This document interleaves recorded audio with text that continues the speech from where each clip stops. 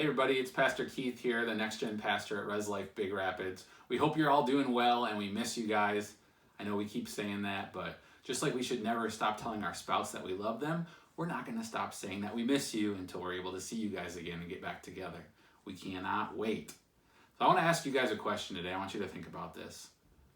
Is change bad? Think about it. I think most of the time change is viewed as something negative, something that we try to avoid, something that's annoying or inconvenient. And some of the time that's true. It might annoy us, it may be inconvenient because it's different than what we expected or it's different than what we were used to, but that's why they call it change. This time that we're going through, it's forcing change in our lives now, and I believe that coming out of this, that life will be different. There will be change. Now, I don't say that to freak you out. I'm not saying that we're never going to be able to eat out again or we're never going to know when toilet paper or yeast is in stock. So if your blood pressure just went up, hold on, hear me out for a second.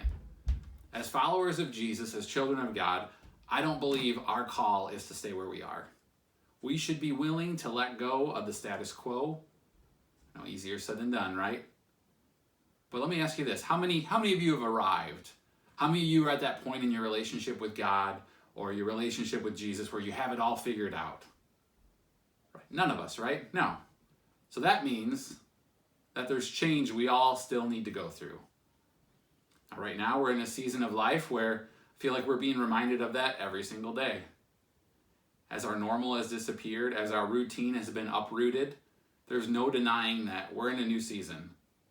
Now, the Bible tells us in Ecclesiastes 3 that for everything there is a season, a time for every activity under heaven, a time to be born and a time to die, a time to plant and a time to harvest, a time to kill and a time to heal, a time to tear down and a time to build up, a time to cry and a time to laugh, a time to grieve and a time to dance. Maybe some of those resonate with you, they hit home with you.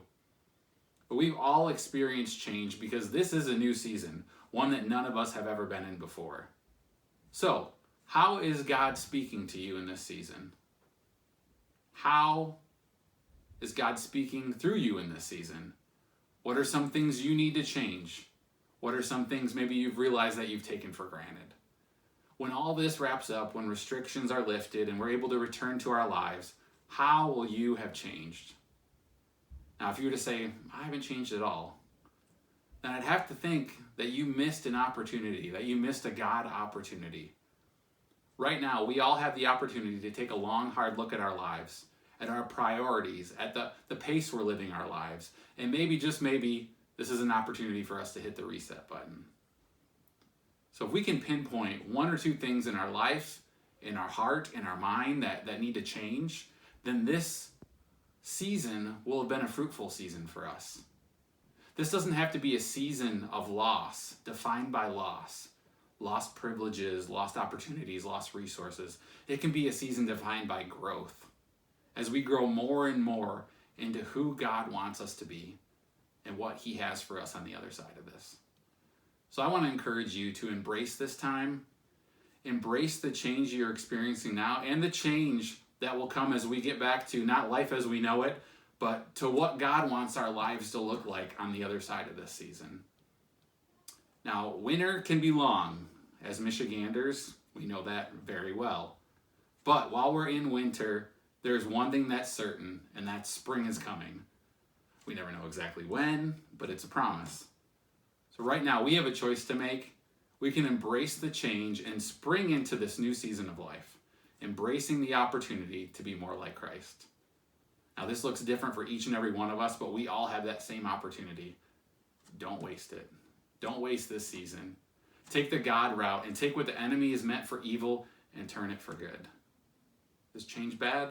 It all depends on how we embrace it and what we do with it.